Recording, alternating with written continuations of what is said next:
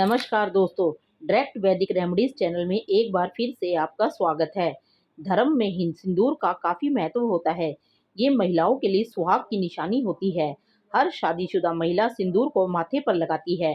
मान्यताओं के अनुसार सिंदूर नहीं लगाना अशुभ माना गया है। इसे वह अपने पति की खुशी से जोड़ती हैं। कई दफ़ा सिंदूर को माथे पर लगाने के चक्कर में कई बार जल्दबाजी या अनजाने में महिलाएं कई गलतियां कर बैठती हैं।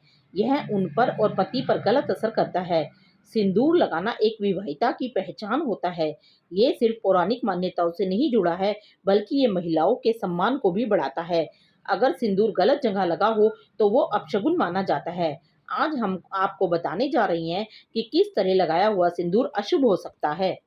मान्यताओं के अनुसार यदि पत्नी की मांग के बीचों बीच सिंदूर लगा हुआ है तो उसके पति की अकाल मृत्यु नहीं हो सकती है।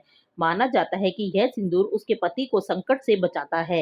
एक अन्य मान्यता के अनुसार जो स्त्री अपने मांग के सिंदूर को बालों में छिपा लेती है, उसका पति समाज में भी छिप जाता है। उसके पति को सम्मान दरकिनार कर देता है। इसलिए यह कहा जाता है कि सिंदूर लंबा और ऐसे लगाएं कि सभी को दिखे। एक और मान्यता के अनुसार जो स्त्री बीच मांग में सिंदूर लगाने की बजाय किनारे की तरफ सिंदूर लगाती है, उसका पति उससे किनारा कर लेता है। इन पति पत्नी के आपसी रिश्तों में मतभेद ही बना रहता है।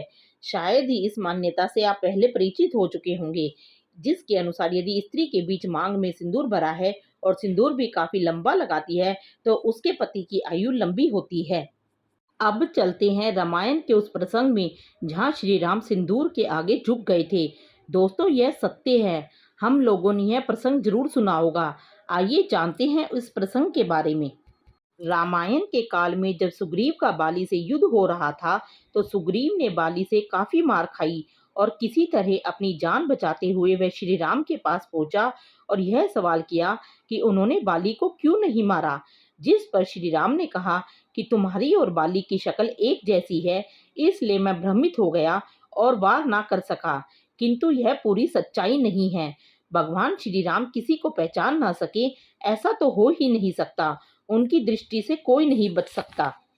सच्ची बात तो यह थी कि जब श्री राम बाली को मारने ही वाले थे, तो उनकी नजर अचानक बाली की पत्नी तारा की मांग पर पड़ी, जो कि सिंदूर से भरी हुई थी। इसलिए उन्होंने सिंदूर का सम्मान करते हुए बाली को तब नहीं मारा। किंतु अगली बार जब उन्होंने यह पाया कि बाली की पत्नी स्नान कर रही है, तो मौका पाते ही उन्होंने बाली को मार गिराया। दोस्तों, जब भगवान श्री राम ने परमात्मा होते हुए भी सिंदूर का सम्मान किया, तो हमें भी सिंदूर का सम्मान जरूर करना चाहिए। जो पुराणों और शास्त्रों में कहा गया है, वही हमें करना चाहिए। इसी कहानी के आधार पर यह मान्यता बनी हुई है कि जो पत्नी अपनी मांग में सिंदूर भरती है, उसके पति की आयु लंबी होती है। ऐसी ही अच्छी जानकारी के लिए आप हमारे चैनल को सब्सक्राइब कर लीजिए।